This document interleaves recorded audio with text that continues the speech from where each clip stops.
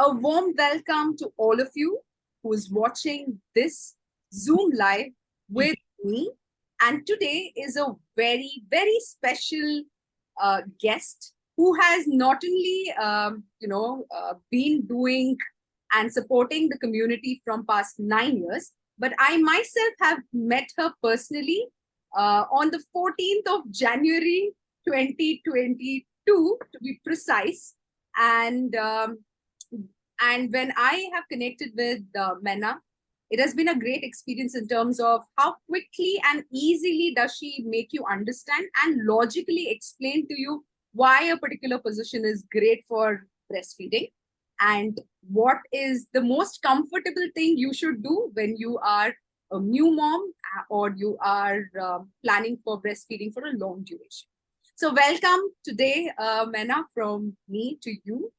And I would want to share more about her. So before that, Mena, I just want to know, how has your day been? Well, first of all, Rashmita, thank you so much for having me in your platform. It's an amazing opportunity to support the mothers that are following you. So thank you again. I don't know how you do it. You have, I think, two small ones, and plus this, quite a quite a task there, isn't it?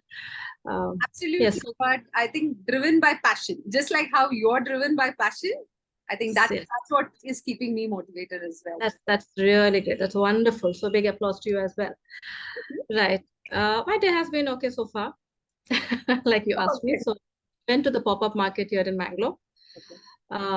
in the evening with my daughter, and so far it's been all right. So has the journey of you supporting the mothers has been before your daughter, or has it been after your daughter? How Well, I have two children. One, my son, he's 16 years old. wow. My daughter is 13. Yes, so it started with my son. Basically, after he was born, I really did not have too much of say, or I didn't even think about breastfeeding per se. Like, I thought, okay, I'm going to feed till 1 year, and that's about it.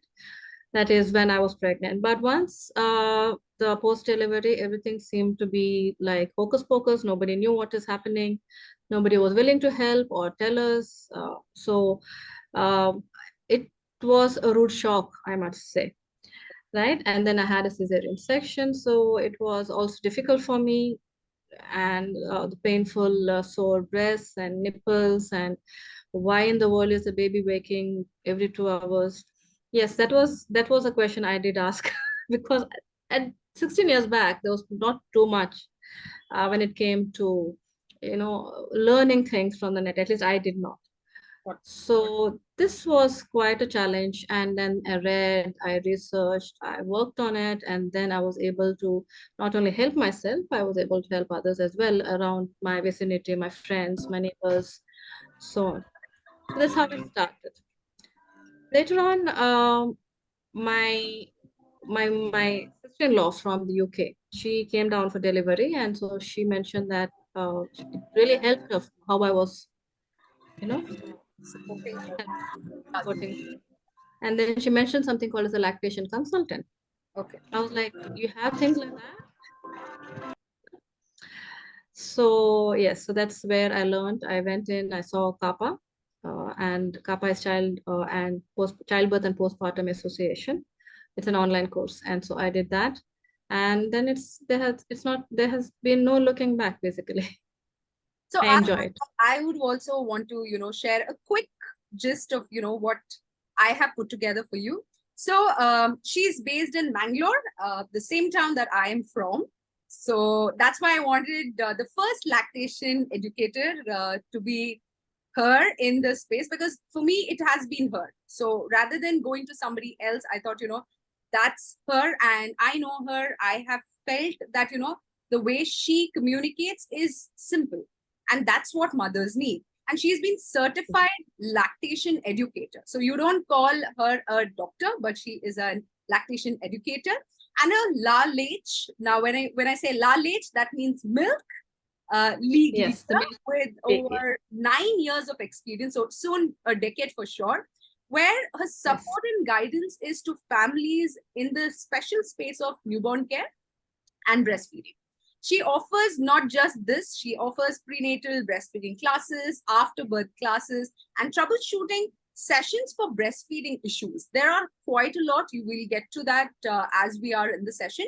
But also, she provides excellent support in newborn care and guidance on infant massage. Yes, that's also something that she guides. Mena is highly active on Instagram. I would say she started her journey well before me because I'm just a year old on Instagram. But she's been there for a long time with her account being first time mom support. Still, you're a senior. Yeah. And Okay. has over 50K followers. Through her Instagram account, I see that Mena is providing support to not just a few mothers who are in Bangalore, but to all mothers across the globe with valuable information, support, helping them to navigate the challenges of parenthood with confidence, and especially that I kept saying is ease. So, welcome again, Menu. And quickly moving to the first question of the day is Yeah. we are all in the age of millennial. We call ourselves millennials. So, do you see expecting mothers consulting lactation educators either before delivery or post delivery? Do you see that trend picking up now in India, or do you have clientels who are also in the abroad? Oh my God, definitely. I mean, with the boom of social media and Instagram, all Facebook and WhatsApp, and the internet per se basically has basically made everything very small, isn't it?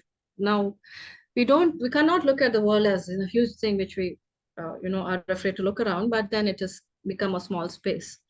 And yes, because as I said, 16 years back when I gave birth, I did not have any help. And slowly, I'm seeing for the last 2 3 years in India specifically, I see a lot of lactation educators, consultants. They're just coming in and good load, you can say. I mean, I'm not sure what to put in, but there have been a lot of people who are coming in this particular category. So, and why not? Because when a person, see, basically this breastfeeding support or lactation support is very personal for a mother. Like, I did not have support, and so I looked outside and saw how I can support others and so forth. So I have supported when I have supported someone, that person has, that there has been some intrigue, some interest in how I have spoken to her about it.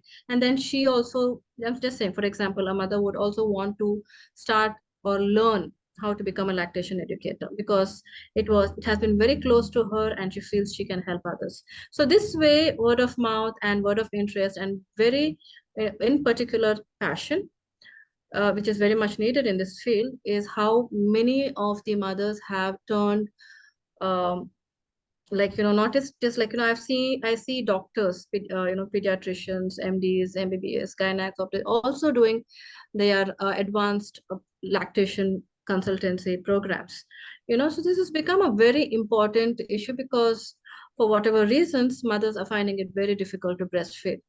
Now, so obviously, like, now most of the millennials who are also basically getting pregnant, and they might have heard from their sisters or relatives or, so on and so forth, the peer group, how difficult breastfeeding has been, right? And also, they also know that how important breastfeeding is or how important breast milk is. And they would go to any length, mothers generally go to any length to offer that breast milk, very important first nutrition to their child. They go to any length. So of course they will definitely search for pre-birth education in lactation, or post as well. Post is pretty is, I would say, something like you get to understand the nuance of it, the in a broader category, the bird's eye view of breastfeeding.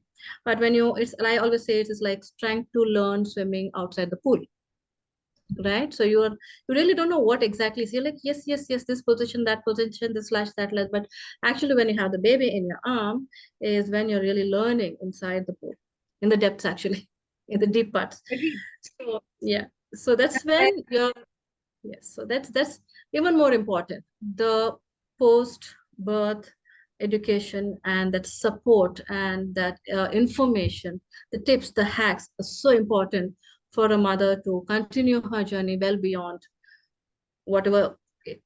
Sometimes some mothers, they say, okay, I'm just going to feed for 6 months. But once they receive that support, and once they get to know how to latch, and how beautiful it is, how bonding, how well they bond, and how beautiful, when the baby grows and they start looking up and smiling while breastfeeding. That's my favorite part. Is they're hooked onto it, and they will go well beyond 1 year, 2 years breastfeeding. So it's very important that this education is out there, and I'm so happy India is coming out with many, many people who are lactation educators and or consultants for that matter. Those are the two different credentials, and they're out there, and people are taking their services, which would definitely mean it's here to stay. Going to the next, since our key highlight for today is low breast milk supply, and the second being the weaning. So the first question that I have on low milk supply is, do genes actually play a role in production of breast milk? More that you can share, which is more related to genetics. Yes. So when you're talking about genes, Rashmita, I'm assuming that you're saying hereditary.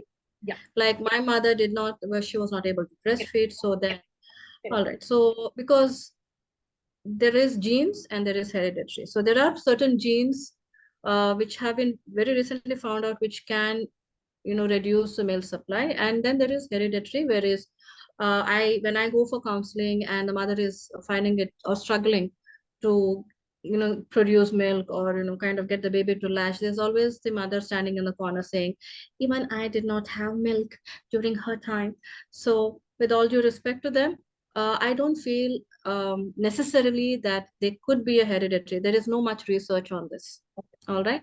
There's no intensive research on this. There's only one research which I got was that um, about genes per se. There is this gene, and then there's another gene which can, kind of uh, basically make the milk supply low. But hereditary wise, yes, they could be, but you never know unless you have some kind of a DNA mapping, isn't it, or some kind of a genetic mapping. So it is not for the mother to assume that just because my mother did not make milk, it doesn't mean that she will not make milk. It also depends upon the kind of delivery she had. It also depends the kind of support she's getting, very importantly. It also depends upon the information and education she has. It depends upon the health issues or not that she has. It depends upon the kind of glands that are there in her breast, and so many variables over here that we need to look at to finally say, okay, you really do not have enough milk. But that's very, very rare. To be frank, research says just about 5 to 15% of women do not make enough milk. Okay, and more research is needed. But then what about the rest of the 90%, 95%? They can make milk. So not to say there is a hereditary aspect to it, but you cannot really pinpoint that because hereditary is two-way, no? It is just not the mother, it is also the father side. Correct. So you really cannot say first what the mother needs to even come out of the thinking of the hereditary bit is to get support, to get education, to make sure that she is pumping or feeding well and efficiently. And only then, after a month or two, you get to figure out, okay, everything is fine, but she's still not making milk. There must be something else that we can investigate it. So just to summarize here for the mothers, I would say that do not assume that you cannot produce enough milk because your mother says my breasts, my nipples were inverted. I had difficult time. So you can too have a difficult time. I think you should turn the table round and say that I will do a much better job and I will get myself equipped to, be a better breastfeeding mother. I think that's the journey you need to take. And the other thing which I would want you all to watch is my previous webinar, which I've done with Dr. Jogani, which is to do with dental. I had a similar question. And he has beautifully explained genetics and hereditary, because what he says is nothing bad gets passed on from generation. It's always good. It is the environment we are in that can change things. So I think we need to, you can go back and listen to that to understand that, really does it actually impact? So if, as Maina rightly said, if the 10 to 15 is such a small number, then that means even your aspect of, not producing milk is also again 10 to 15%. It is not, and that means you can produce is what is more sufficient percentage. That means you can for sure. So we need to focus Yes. on the positive aspect, and I think many other aspect what can lead to low milk supply, rather than us thinking it's blaming on somebody else is what I would say. With my own experience itself, madam, my mom would tell me saying that you might have a problem because I had inverted nipples and you have. And the game changer happened when my gynecologist for Azriel's birth, Dr. Deepak Shetty, he told me that it's not the game of nipples. And anyways, we'll talk more on it. Going to the next question. All right. What do you think if you have to name the top 5 reasons of low milk breast milk supply? What would those top 5 things be? And so that mothers can only worry of these 5 rather than any other thing that's there in the chart. The very first on top is perception, the perceived thought that the mother has low milk. Now, what do I mean by that is like things are going fine, let's say the first or 2 months. And then the third month, we notice, usually it's called the late onset of low milk supply. Generally, what we see is the mother's feeling that, oh, my baby is crying too much today, is more fussier today, and my God, look at him, he gulped down one big bottle of formula. Is my milk not enough? Kind of scenarios, is when they think, oh, maybe I don't have enough, but actually they have plenty. It's just that when your child is, showing cues which are not like satiated or satisfied, and the mother is clueless as to what is happening. But the baby might be fussy because of gas. The baby might be crying because of some pain in the body, usually which is gas. Baby, it could be cluster feeding because of a growth spurt, and the baby might be asking for more feeds during the fag end of the evening, which confuses the mother, and they think this is not, I don't think I have enough milk, and so maybe I need to start formula so that my baby does not starve. So we are very hardwired to see that our babies are full, isn't it? So what my first on top is perceived insufficient milk supply syndrome. So basically the mother is fine, the mother is able to make enough milk, but just the fact that they thought that she does not have enough lets her or makes her go to supplements and other ways of feeding the child, which then what happens is, since baby mother is feeding formula, there is no sufficient draining of the breast Got it. in the belly. And so the demand is not there, and so when there is no demand, there is a drop in supply, and then there is a vicious cycle where, because of the drop in supply, baby is still looking hungry, sounding hungry, and mother is feeding formula. Eventually formula takes hold and mother's milk actually tends to drop. So the first step that we want to look at, a mother who is thinking maybe I don't have enough milk, is to look at the babies. Let's say I'm talking about the first 1 or 2 months after birth, whether the child is urinating well, whether the child is gaining weight well, whether the child is meeting milestones, as it should be within the parameters of the pediatrician's weight chart, or talk to your pediatrician about it.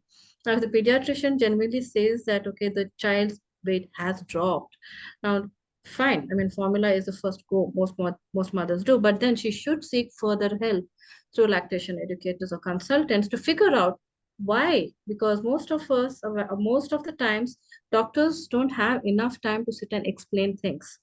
I think it's quite um, obvious when you go into for a consult.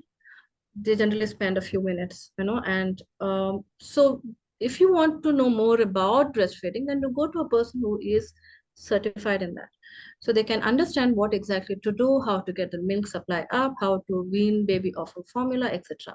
The first thing is a perceived notion of no milk.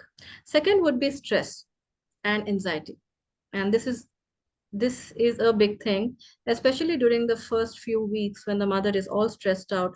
She's in a different zone, basically. She's not able to do, but she doesn't know what to do. Like, you have a baby and she's supposed to breastfeed, but she's stressed, there's no sleep. And stress is these other criteria which I feel actually lowers milk supply.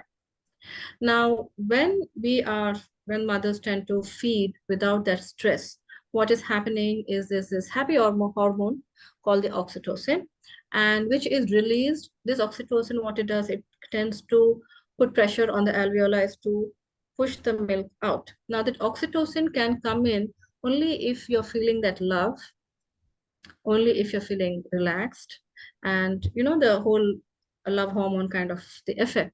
Now, what happens when you have stress is you have different hormones pushing the oxytocin away. So, eh, let me go stress her up, right? Then oxytocin, okay. So what is happening? Even if the mother has 50 liters in her, it's not going to come out because oxytocin has been pushed aside and a stress factor has come in. So when I have gone to consults and the mother is looking very visibly stressed because the child has not latched, not drinking, I try to make them relax by closing their eyes and trying to let them go to a happy place, right? Any happy place, whether it's a baby with the husband or whatever, like in just a happy place. Deep breaths in.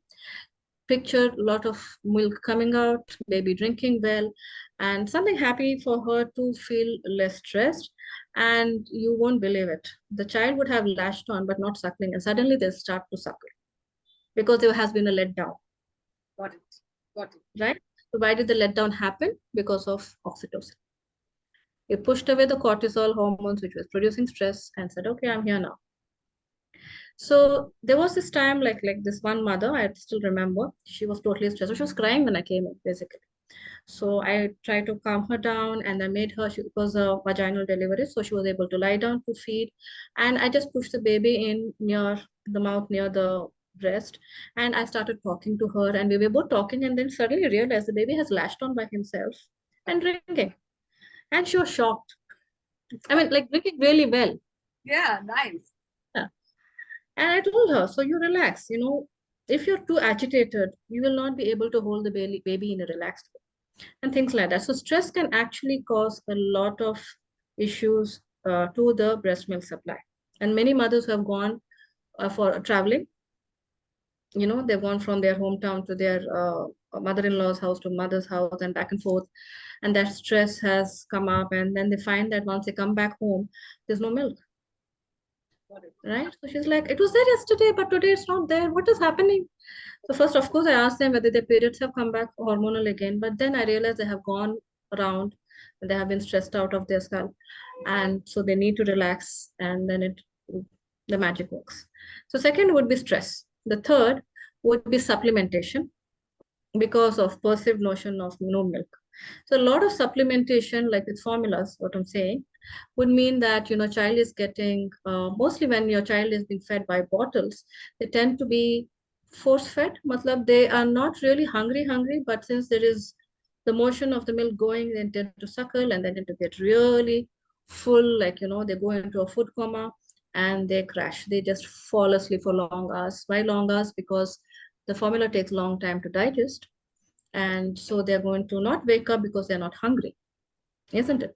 So when that happens, the mother is blissfully unaware that she's not draining the breast, because since there's no demand, then the supply drops again. So because your milk supply is based on demand and supply curve, more demand, more supply.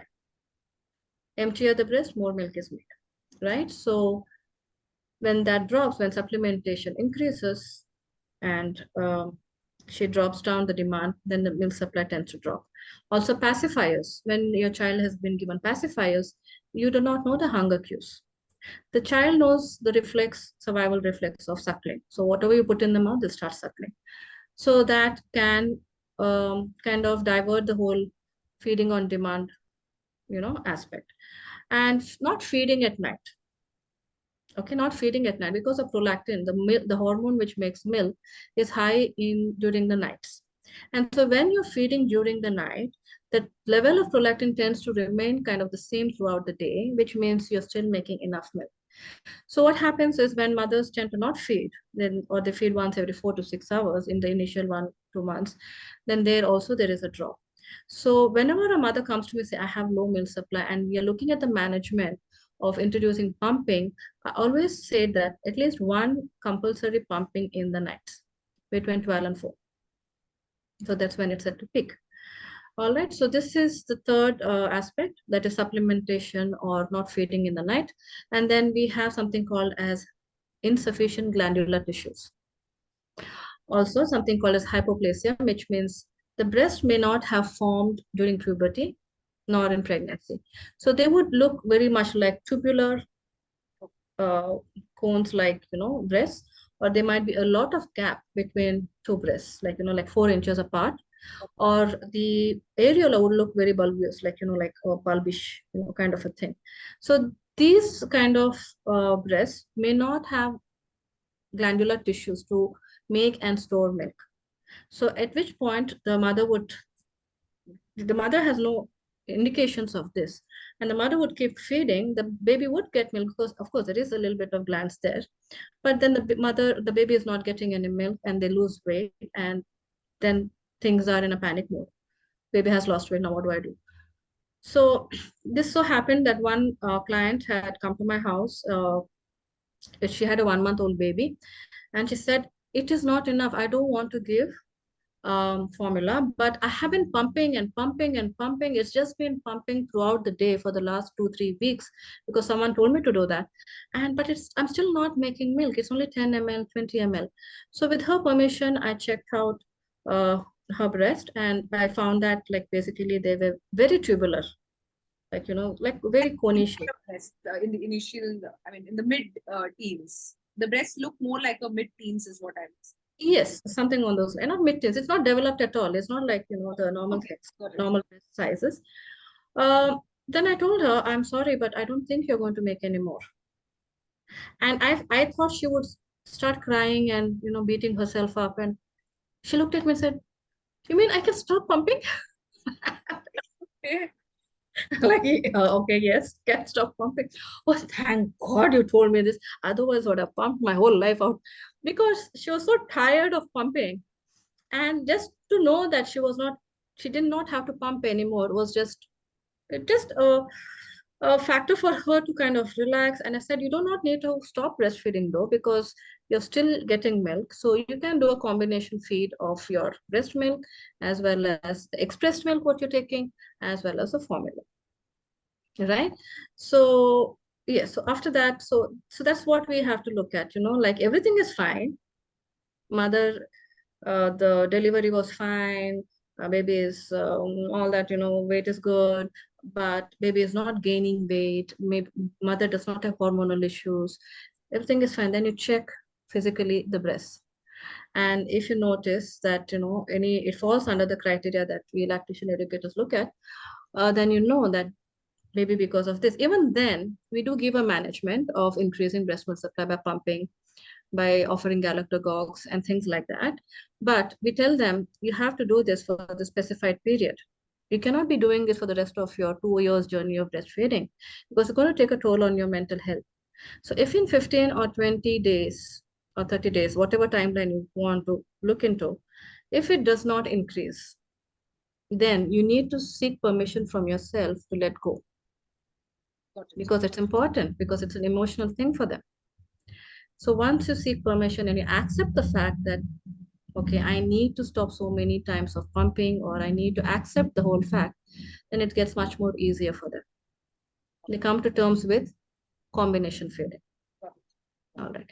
Again, they may not be necessarily tubular breasts. The breast might look very normal, okay, but they might not be more glands inside, milk making glands. So we call that the IGT, insufficient glandular tissues. Okay, so there are times when the mother would feed like a marathon feeding session for 7 8 days, and still nothing's working. Since at least we do not have the capacity to look into the breast, Correct. right? See where exactly the glands, how are they are. So we need to kind of, again, give them the management, but give them that boundary line, that limit of period of time where they can try. Because there is no point in ignoring, or like, when you're pumping, there's a lot of mental, emotional, it's exhausting. Yes, So the absolutely. time, yeah, the time that you could have spent it with your child, you're pumping. Okay, that's not fair for the child or the mother or the family as such, I feel. And personally, I feel. So I would give them a timeline.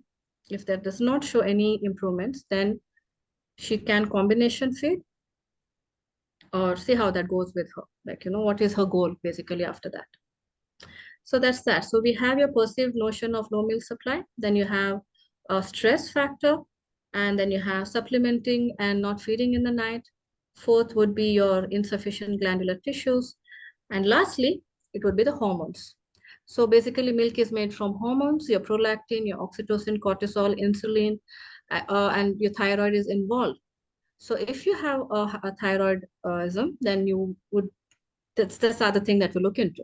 You need to have a thyroid test, whether you're in whether it's normal, whether it is under, over. So regarding looking into that, then getting it into control with medications, then giving them the management is important.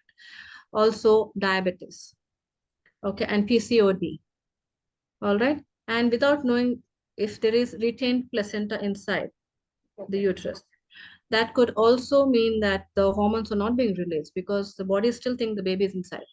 So there are various factors in this last part, that the various hormonal and other issues that we need to look into, investigate as to what and why we are not looking at more milk supply. Yes. If I have to just tell you, when I started Instagram, Maina, and I think after 3-4 months is when I started seeing a lot of mothers coming in. And if you go back to my feed, I mean, Azriel now at least looks a little slimmed down because he's short up. But otherwise, he was like a kid. And my mom always said that, what are you having in your breast milk that your kids are like that? I said, say, I don't know. I'm just breastfeeding them for 6 months. And like the food also, like 6 to 8 months, I would give them like really small portions of solids. It was just introduction for me. Yeah, but other, they're like full time on breast milk. Whenever they want, the access is there.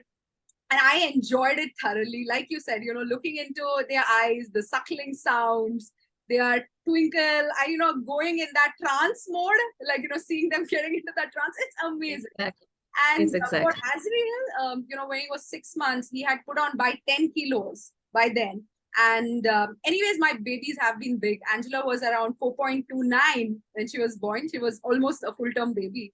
Azriel was born 10 days early. Others, he would also shoot up, as for sure, is what I know. So I knew they are big babies. And because there was a lot of increase in weight, he was checked for insulins, whether he's a sugar baby or, is there any condition wrong with him? He was checked even for thyroid. And once the results were fine, that, there's nothing wrong, the doctor said, don't worry. Breast milk, weight, no problem. No diet plans. I said, I know it, doctor. I know it. The doctor was doing it for his satisfaction, and I knew there's nothing wrong. So that's what, and it was very difficult to tell really mothers, saying that it is only breast milk that I'm actually giving Azriel that is gaining his weight, because there's nothing else that I'm doing. Moving to the next, because a lot of people, or my mom would say, saying that everything that you're eating must be, pulled into your, breast milk, because I would lose weight usually, generally, and everything would be seen with the children. So coming to the question is, does food actually increase breast milk supply other than the hormones, the happiness hormone, which I truly believe that, makes the most impact in the supply? So how does food impact? Well, if you're looking at food from the point of view of increasing milk supply, these foods are called as galactococs. Okay, and now this has been in Indian culture for a long, long, long, long time. So you know that post-partum, we are given these kashayas, milk-making laddus, and so on and so forth. I'm sure it has not come from space or anything that we know which says you're doing it wrong, you're not supposed to give. There must have been some intelligence gone back before, towards making these kind of food in our Ayurvedic and Ayurvedic scriptures, etc. But this research that has come very recently has mentioned that galactococs are placebos and that do not make any real effect to the breast milk supply. But having said that, I am someone, I'm not I'm not going to tell a mother to have this food, that food, but the mother would already have had that mental, notion, that kind of uh, stuck in her mind that I need to be having something to make more milk. So on that note, I would give them, okay, fine, you can continue with your whatever you're doing. And it could be a placebo effect, or it could be the management that we are giving of more pumping, emptying the breast, and so on. But I feel, personally, I feel it goes hand in hand. Got it. You know, if I'm telling the mother to have moringa, Hmm. even if I do have moringa, doesn't mean that I'm making it. She has those hormones high, prolactin is high, which will help her to make that milk. So even then, when you're taking something like, let's say, for example, garlic or fenugreek, that is methi, the flavor changes. The milk flavor does change. And what research has seen is that when mothers have this garlic and fenugreek, the very strong ways to Correct. smell food, is that the child tends to be more at the breast, drinking more at the breast. You know where I'm going? Correct. Correct. More demand, Correct. right? So when there is a more demand because of the flavor has changed, it could mean that the demand has increased and the supply is also starting to increase. So it could be that effect that is what is happening. Having said that, having galactagogues like the food ones, that is your methi, your garlic, there is nothing wrong in having them. What could be wrong would be having too much of it. Everything in balance is what is suggested, even when we are dieting, whatever it is, right? Generally speaking, everything in normal quantity is what is suggested. Now, there are a few herbal medications, like you have your shatavari, Correct. you have your fenugreek, that is the methi. You have different other, like, you can have your fruits, like your papaya and oatmeals increase. All this food that we are increasing, that there is some change that is happening in the hormonal levels, particularly milk hormones, that is what is helping the mother to make more milk. But like I said, recent research has said no, it is a placebo effect. And so even I'm a little confused over there as to how exactly, because many mothers would like to know what to eat, though we tend to point out, or we tend to stress more on feed more, empty the breast more. And these foods are just going to give you that nutrition to sustain your health and your energy for breastfeeding. So yes, you have nutritious food. You can have these foods which may increase milk supply. But there have been cases where the mother would have eaten so many of the things that I have prescribed, but nothing has happened, Got it. right? So it depends upon case to case scenarios. If the mother is going for the management of pumping more and emptying the breast more, even with no food, just water, she will make more milk. Okay. Now there are some certain micronutrients that she should have that should come in the breast milk. Okay, that's different. That is basically your diet, what you're eating. But just to make milk, yes, you can go ahead and eat these galactagogues. You have moringa.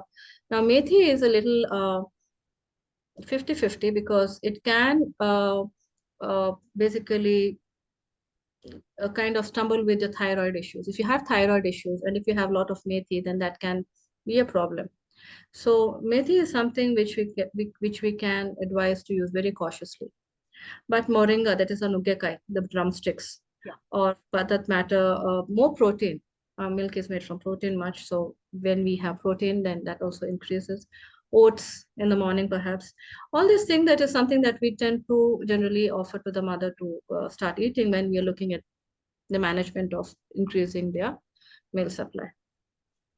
So, Mena, since we were discussing on this, that what I feel is, or what I did as well, and one of my YouTube videos, which is about breastfeeding, I did share with them what did I use, or generally what people say.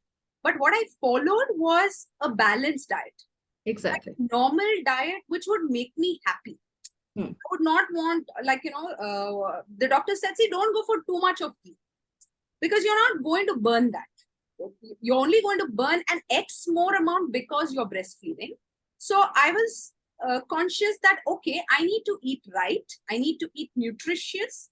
So I ensured that right from my pregnancy to the breastfeeding, I kept a nutritional diet with a lot of variety.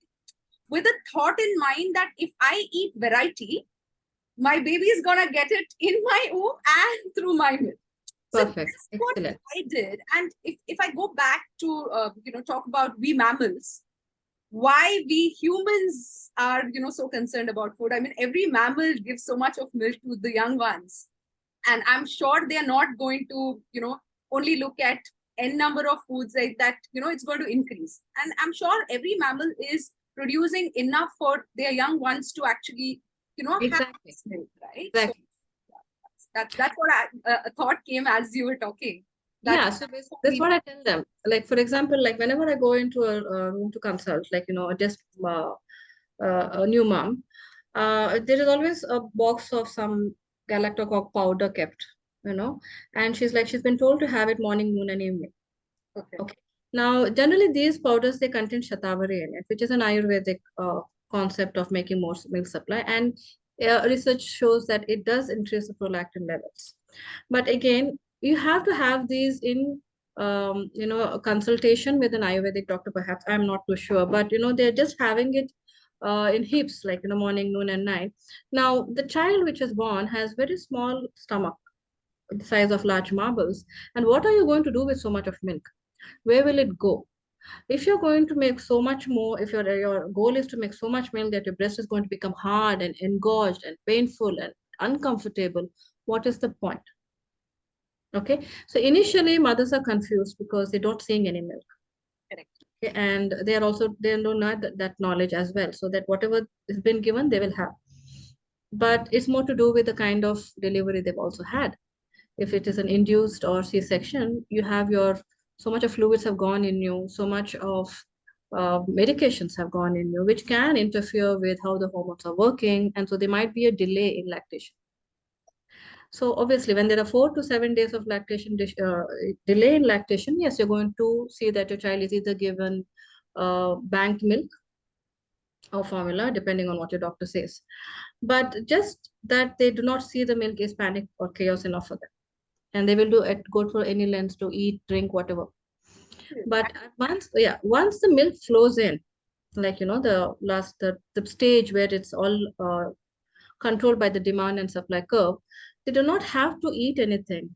They do not have to do anything, but just feed the baby on demand, empty the breast. That's the whole game. Have plenty of water, fluids, eat nutritious food. That is it. There is no like adu tinbeka, idu tinbeka, tille laddu, ragi laddu, this laddu. No, I mean, fine. I mean, it is a postpartum period where you're being pampered. Maybe the massagers, the adu kashai, drink that, this, that. Fine, go ahead with it. But if you feel like you've eaten something and you feel too full and it is very uncomfortable, then cut it off. You don't need it. Is what I'm trying to say. So I'm sure whoever is listening to this, the mothers, I'm sure your doubts are coming down. I would summarize it saying that be happy, do something that keeps you happy, be around people who are make you happy, and it's going to be magical. And coming to, I have stopped Azrael, and for me, I took the decision when he was 18 months, most likely because of his dental issues, doctor, that we spotted from 16 months. Sorry, I called you doctor. It happens because it's an expert space. So it's just Oh, my mind, Maina. no problem.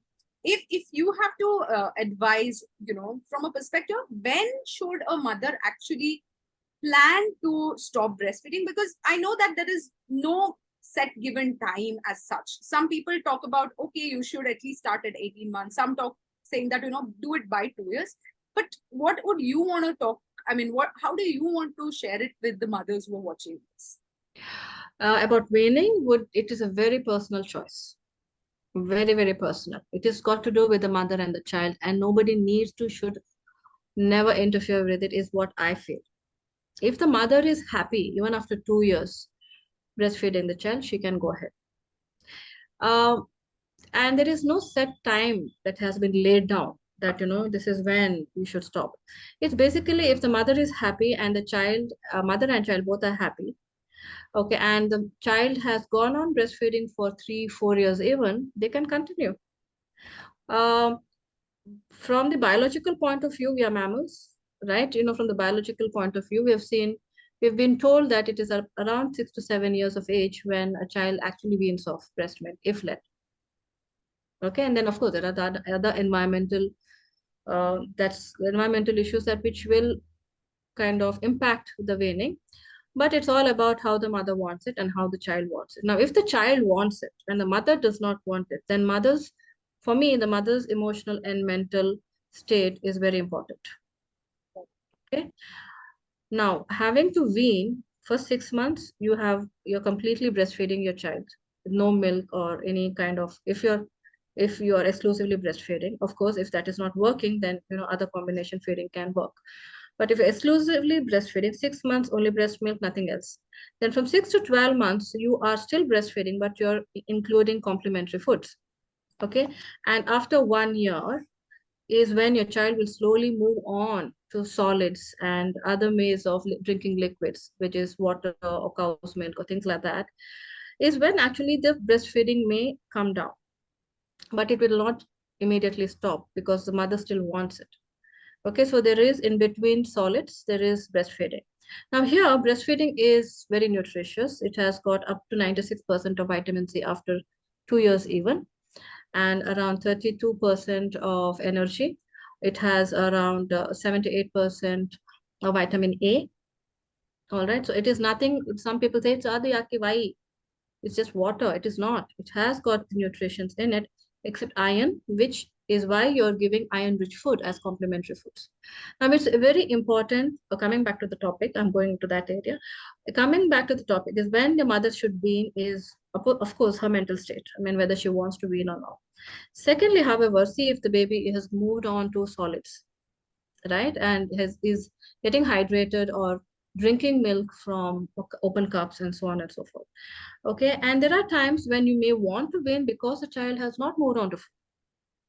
That should be mostly up to 15 months of age. 15 or 18 months of age, the child is not eating any food and is totally clinging on to the mother.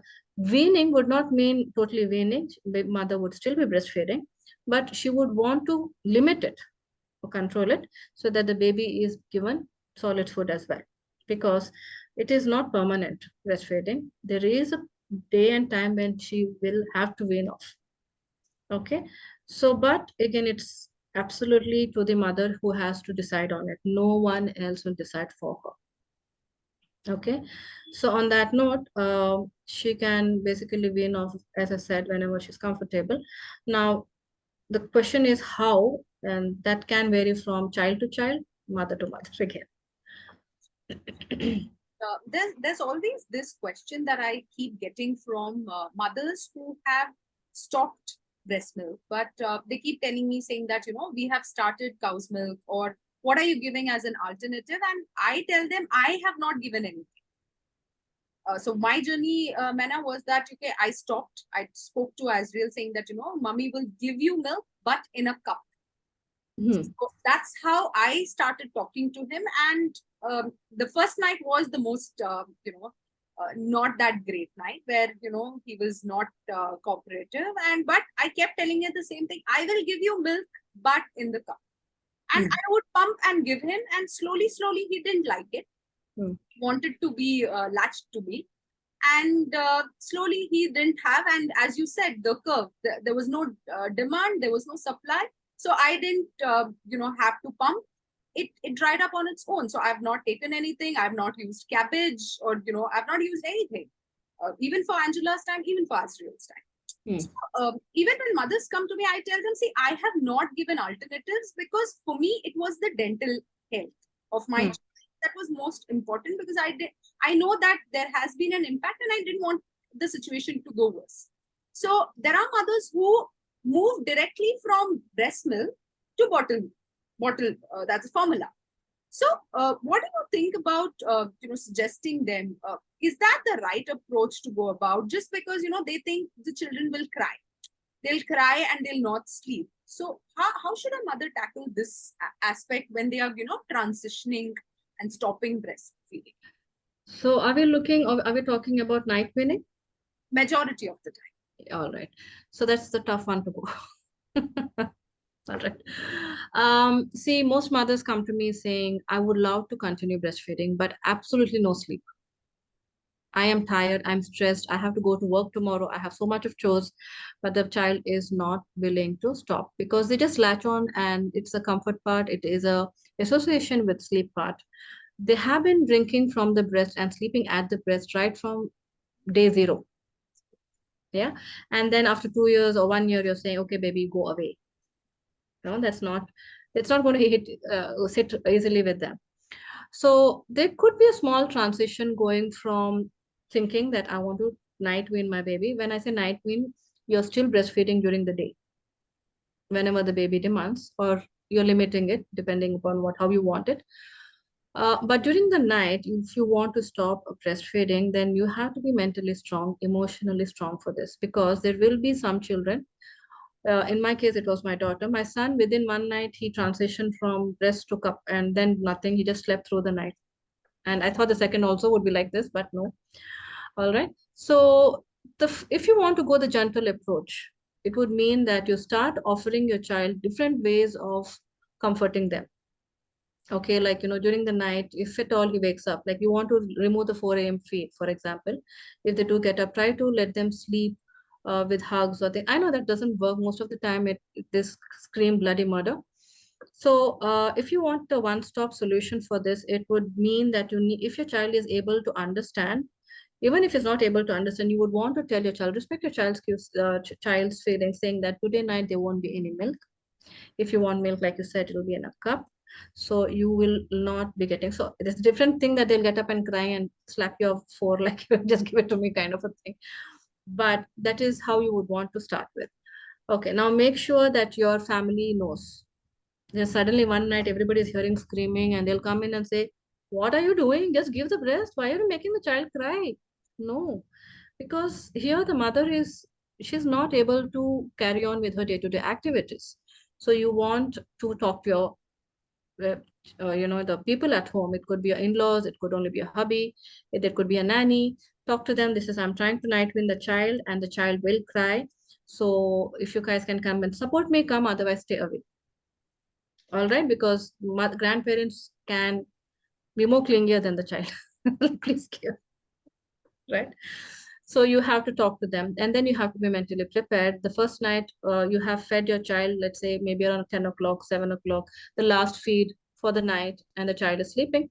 And then he wakes up, and then you do not turn on the lights. You keep it all quiet, and as a matter of fact, remind the child there's no milk today, it will be in a cup. Offer the milk in a cup, offer the water in a cup, and if that is thrown away from your hands, chill, relax, calm down. You try to get transition your child from the associating the breast from sleep. So you want to pat or carry them for some time or rock them on your legs or anything, any other way of. Now this can go on, the crying can go on for more than 20 to 30 minutes. But if in the first 10 minutes only you're saying you cannot do this, then I want you to stop and offer the breast, because after letting the child cry for an hour and then you said, okay, I can't do this anymore, and you're going to get back, the child knows your buttons. Okay. In the first 10 minutes, however, it's all right because you gave as soon as you thought you couldn't do this. But then maybe you can keep a space of 1 week or so and try again. The second time when you try, you're even more prepared. Okay. So again, there'll be a lot of crying perhaps, but this won't go on for long. It might go for a maximum of a week. Okay. Or maybe like, let's say 2 weeks. But beyond that, it isn't. The maximum I've seen is only 7 days from the people who have consulted with me. The minimum has been 1 day. But either which ways, it's not something that they will understand at some point. Though it's not happening. I cannot keep crying and they won't give it to me and they will go to sleep. All this time, do not turn on the lights. Do not be very active with the child. Don't sit and explain Ramayana, Mahabharata, and all that. Why I'm not giving you? Just keep it fact. Mummy will give you milk in a cup, or mummy does not have milk right now, so you need to go back to sleep some other. The second way is to let the baby sleep with somebody else. Maybe the father, the grandparent, nanny. Do not come into the room if the child is crying. Just relax, be seated out there. I know you won't be able to sleep with all the crying. You'll be just like sitting there and like, oh, and crying yourself. Okay. So that is another way of getting your child to wean off during the night times. During the day times, of course, you can skip. There's distraction. There is solids, there are snacks. which you can always give. And even if your child is slapping your breast and saying, you give it to me, give it for a limited period, keep distracting the baby. Stop one feed at a time. Like morning feed, you can stop. Okay, and then slowly this afternoon feed and slowly the night feed. From what I've seen is the mothers are more upset about the weaning than the child is, right? So they're so attached to the whole breastfeeding. Um, they're in tune with it. Of course, in a way, they're happy that they have got their breast back and the body back. But that kind of connection, kind of you miss it. I missed it a lot. And then when the child started crying and coming because he fell down, I'm like, oh, I cannot even take it out. How do I console you? So it has always been the go-to thing, isn't it, Rashmita? Like, they come, they're crying, I fell, they bang their head somewhere and they come and you just pop it out and then fine. Everything is happy. Anything. I mean, any mood, the solution is just They're bored, they'll come and drink. They're happy, they'll come and drink. They're sad, anyway, they will come and drink. They're sleepy, drink. So after you wean is the tough part, like now, how do I do this? How do I transition? How do I transition from, from this to that? So night weaning is not easy. Again, like I said, for my son, he woke up, we gave him, he was around 18 months, I think. I'm not sure, but we told him that, there's no more today and might has gone out, tata, bye bye, and things like that. So he got up, he didn't cry, he drank a little water, and then there was no fuss. My daughter, I tried all and everything for like 6 months. Then somehow it was like, okay, fine. She kind of, as I stopped basically giving it to her, which means the demand also had come down. So that happened, but it was tough with her. So it depends on your child basically, how they will take it and how you will take it. So, we're not talking in depth on this topic, but Maina, what you have said, I have spoken about it for at least an hour. And out for the mothers, because yes, as I said, minimum is a day and maximum is 7 days. But Yes. As your daughter said, 6 months, I think there are exceptions in terms Yes. of how the mother can take it emotionally and how the child is able to control the mother.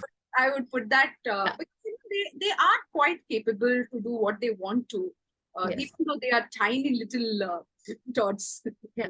So when I say 6 months, it was not like, she was crying for 6 months. It was like, I would give up. That's where I spoke about control. I will do it tomorrow. I'll do it next week. Take it because yeah.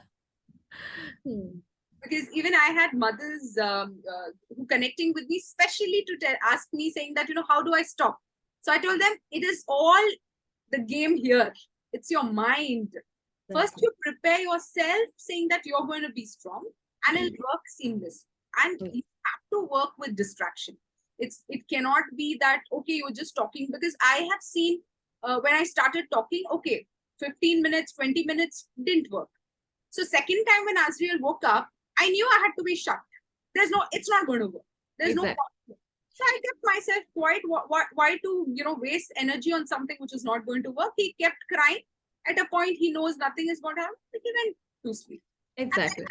It's about, knowing how your baby reacts, and you have to respond accordingly. So there's no like, a formula to answering, like, okay, what exactly should I? It's going to be different based on how you have your bond with your child.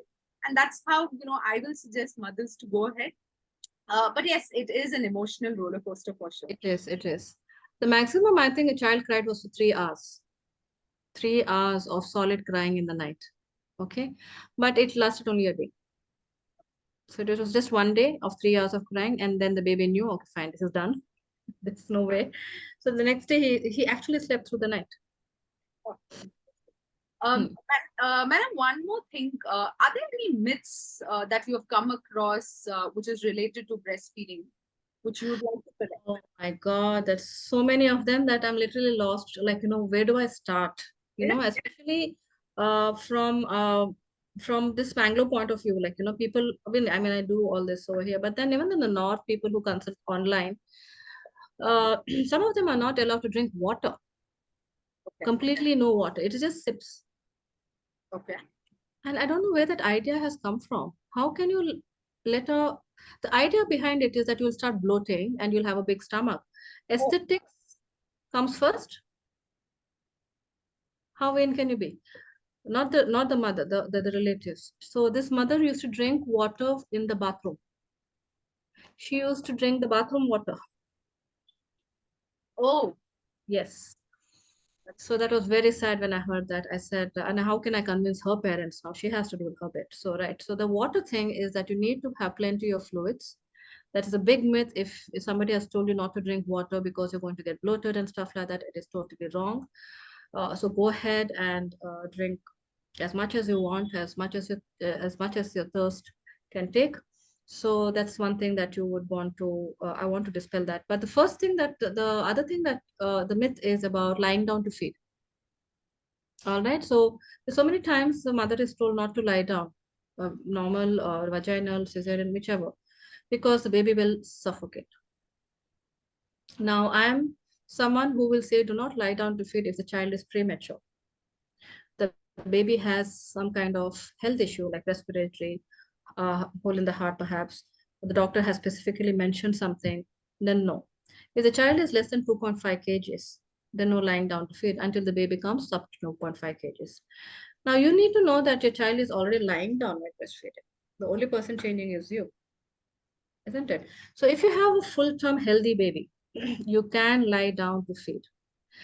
I don't know why, how is it practical for a mother who's just come out of a major surgery or someone who can't sit because of stitches down there?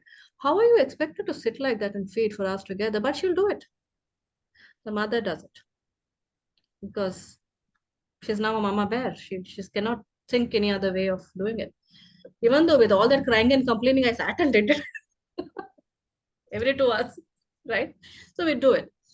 But I want to tell your viewers that please, if you are healthy and if your child is healthy and basically 2.5 kgs and above, go ahead, lie down, learn how to lie down. Maybe do not have 50,000 teddy bears and pillows around you.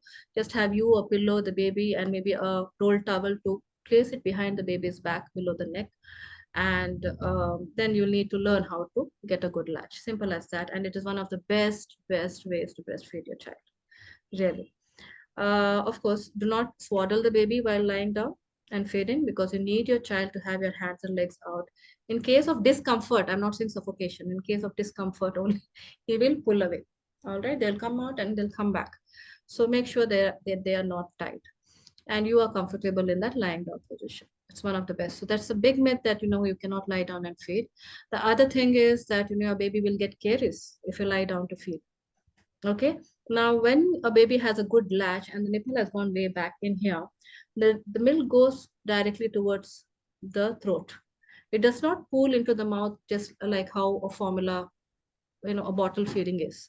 Now, if the bottle is put in the mouth, it kind of pools into the baby's mouth, isn't it? So that's where the caries are formed.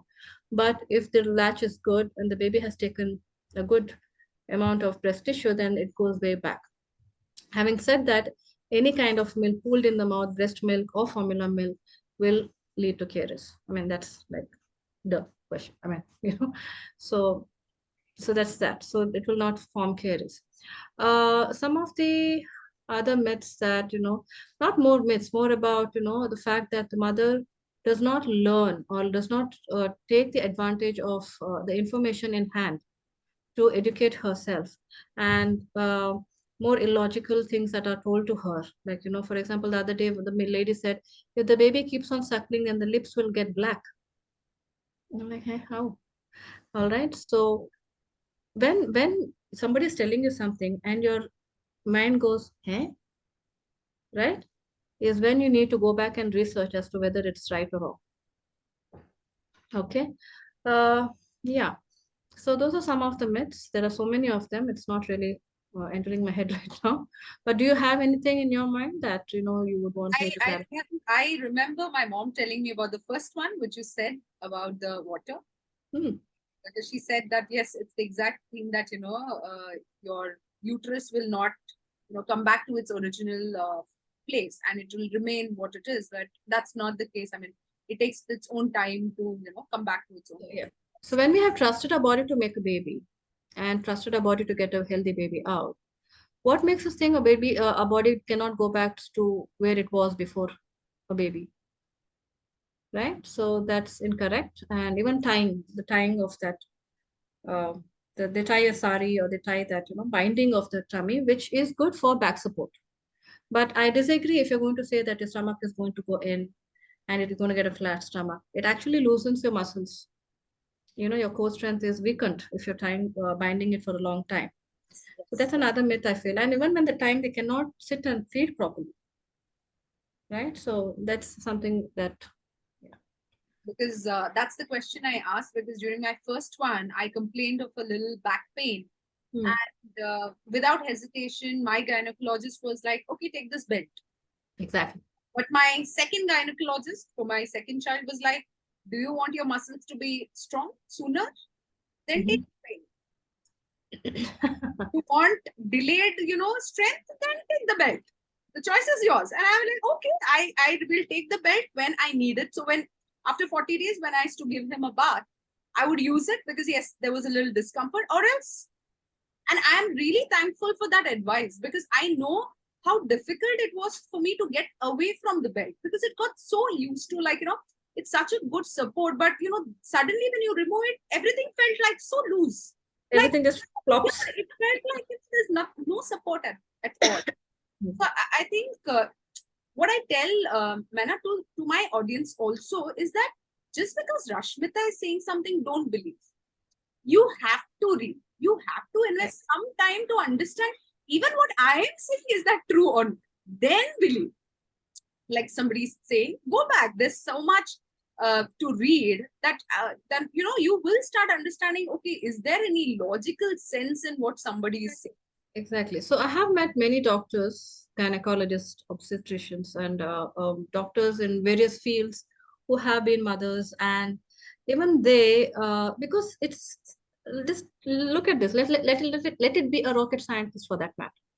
Okay, someone who's gone to the moon and back and has given birth.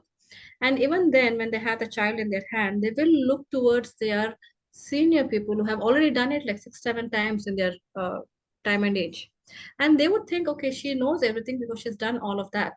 And so there's nothing wrong in what she's advising, which is fine. But their advice, what they got was from a time when there was no information available to them to rectify it. So even if the person who comes in to look after you and your child, we call that Balati Mai, right? Uh, the Potli Bai or something like that. The name's midwife here, it is here we call it. Whenever they say something, they are not, they have got the knowledge from their guru or the teacher who have taught them, who herself may not have had the right information, or while passing the information, it has got lost in communication. Like, something else. They said, hey, like Chinese whispers. Absolutely. Yeah. So things when they say, when they come and say, and they're very, very, some people are very aggressive. ಅದು ಹಾಗೆಲ್ಲ, don't wake up the baby. I'm like, eh? How do I teach her then? I'm there. Why you have to teach her? No, I mean it's just wrong if they're not open-minded also, I feel. And there has been cases when the mother has been put down for her lack of skills of feeding. You don't know how to breastfeed. What is wrong with you? How are you even mother is what has been told to one mother. How can a person who's had this postpartum hormones running in a field, you don't have nipple only. That is another. You don't have milk only. So that really puts them down. So my request to the audience, if they are delivering, whenever they are going to, and they are getting in a third person to look after them in the postpartum 40 days confinement period, when they tell you something, research, go back, talk to your doctor, lactation educator, nutritionist, whatever it is, but do not blindfoldly listen and take it in that way, because if it is not sounding logical, it is not, right? Also, if they are putting you down time and again, gaslighting you, toxic, okay, you will put your foot down because you're the one who's paying her. For what? For insulting you, humiliating you. No, you have to put your foot down. And if they are too toxic, please, we do not need such people to take care of you and your child. It is not some kind of, putting together a rocket ship. You can take care of yourself along with the support of your parents or any other, your husband support, whatever. These third these people who come in and who are respectful to you is what you need, not someone who's putting you down time and again. Absolutely. Okay. Yes. That's excellent advice. That Yes. you have to know how to put your foot down. You need to say no to anyone, mothers, Yes. not just to the third person, but whoever is actually creating pain. Then Yes. you need to say that no. Definitely. Um, I have somebody who has joined us, Menna, Vivina. Vivina, if you have any question, you can use the chat window to share. In the meanwhile, I had two questions that I've put down. One is mothers are concerned about this bond breaking during weaning off. Is that more in the mind, or is it true or false? That's all. It's false. Okay. It's And totally false. okay. I mean, what? I have to feed my son and daughter for the rest of their lives for to keep the bond? No. I mean, we bond. There are so many ways of bonding. Now, a mother who has not been able to breastfeed and who has been formula feeding right from day one, do they not have a bond? Right? It's basically in here, in here. So it's totally untrue that you will miss breastfeeding. Correct. Okay, but the bond will never, that intense feeling of emotions, that love that comes when your child is sitting and playing or trying to walk or coming back from school, or when even you're putting you're getting the baby's tiffin box, child's tiffin box, with the love that you had put in it. That's what is bond is, right? So that's not true at all. Bonding, my son will be going to college in another 2 years time, and 2 years time, you say, Maina, there's still time, but I'm like, my God, 2 years is going. I mean, like, I will not have his hugs anymore. I mean, like, he would obviously go to some hostel or something to do his engineering. So you see, I'm already thinking about the emptiness syndrome, and I'm thanking God, like, okay, at least my daughter is. Yeah.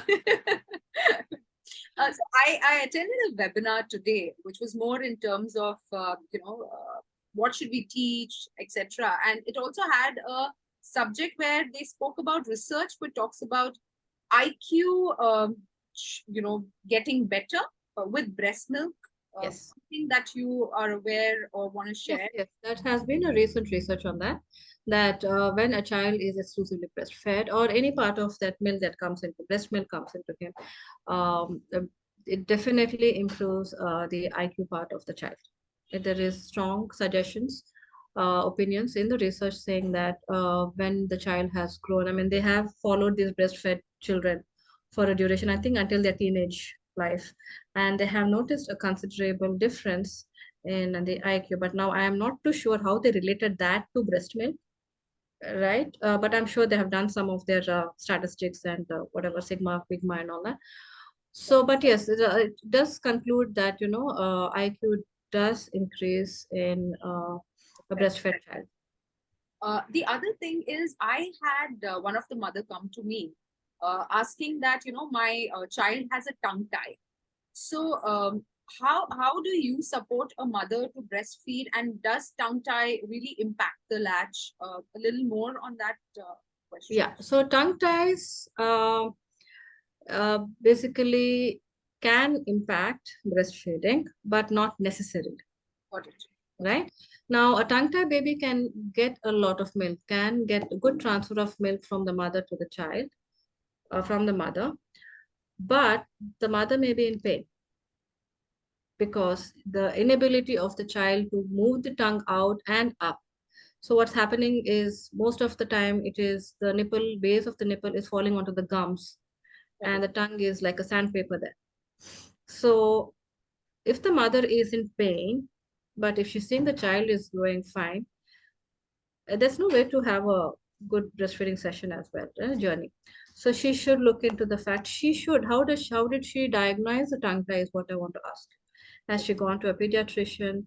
Has she gone to a pediatric dentist?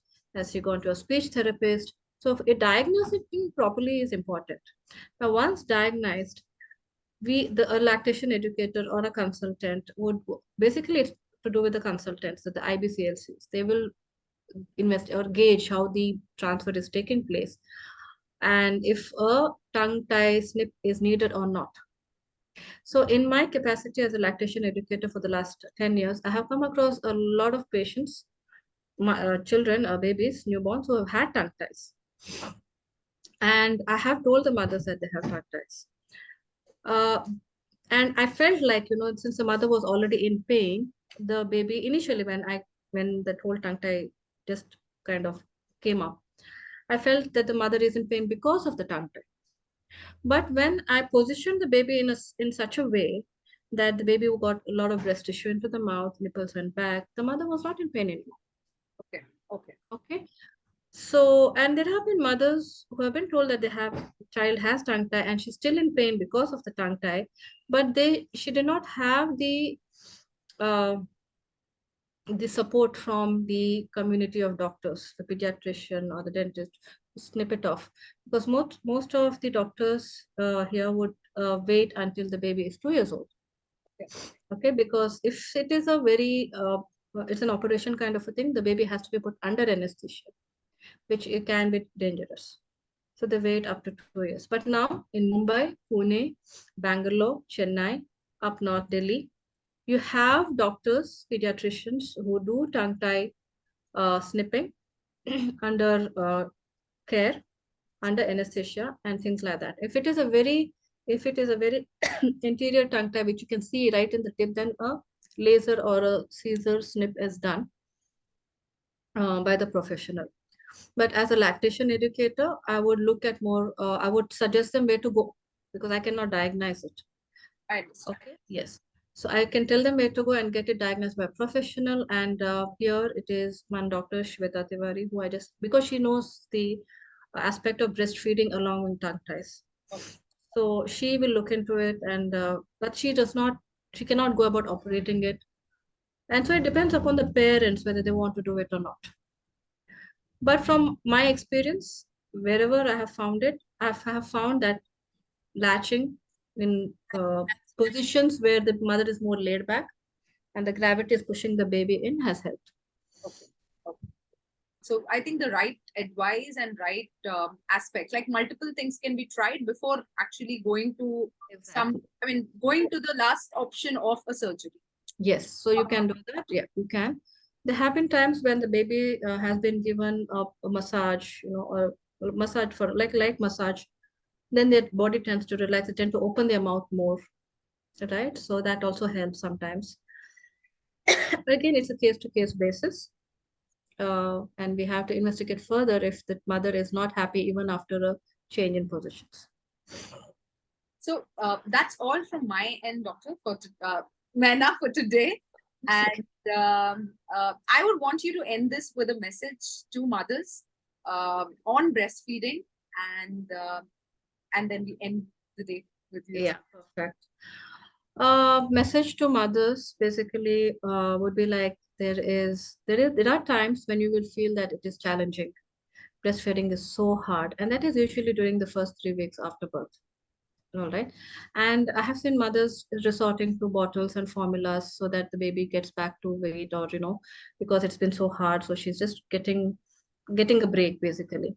But then what I have noticed after that is that if at all the baby has fallen off breastfeeding and lashed more onto the formula, then they are emotionally distraught. I should have tried harder. Okay. The message to you, the audience, is basically if everything is fine, then breastfeeding will go normally and happily after the first 2 weeks. It's all about practice and patience. Okay. If at all you feel like, this is not going well, then I would suggest that you please take support and guidance from somebody who's certified, any lactation educator or consultant of your choice, which is very important because breastfeeding is so temporary in the lifespan of you and your child. And this is the best kick start that you can give your child nutrition wise. Okay. And there is nothing that can compare to breast milk ever. Even the food that we eat right now, sometimes I feel we should drink breast milk. Right. So what I'm trying to say is don't give up. Please go ahead and arm yourself with knowledge, okay, and information, and take support from people who know and how to help Thank you, Maina. you. And thank you all for listening to us. and I'm sure it will make a difference in your life. So go ahead, do the right things if you have not been doing, because there can be changes. If you still don't see any impact, reach out and meet experts. Do not go to people who can't help you. Like I have done a video on weaning off. I have done a video on all about breastfeeding. Now this can be your starter. It's your starter kit. But if you're not getting a solution, then you have to, like I also tell, go to the expert. Like, your baby can't eat, I will tell you, go to a feeding therapist. Because I can't keep you longer than 2 months, 3 months. You finally need to reach where you have the final solution. So you can get knowledge from wherever, but finally, if you don't see solution, I will always recommend you to see the experts. So that's the end of what I would want to share. And thank you. Have a great night, Anna. And we'll see you again with many other topics related to breastfeeding, because this is just two. I'm sure there's a lot, many we can cover and go deeper and deeper into talking on breastfeeding. Perfect. Thank you so much for having me, Rashmita. It's been an honor. Really. Thank you for the opportunity. I am honored too, Vena. Thank you. Bye-bye. Okay. Bye-bye. Good night. Have a good day. You Good too. night. Yeah.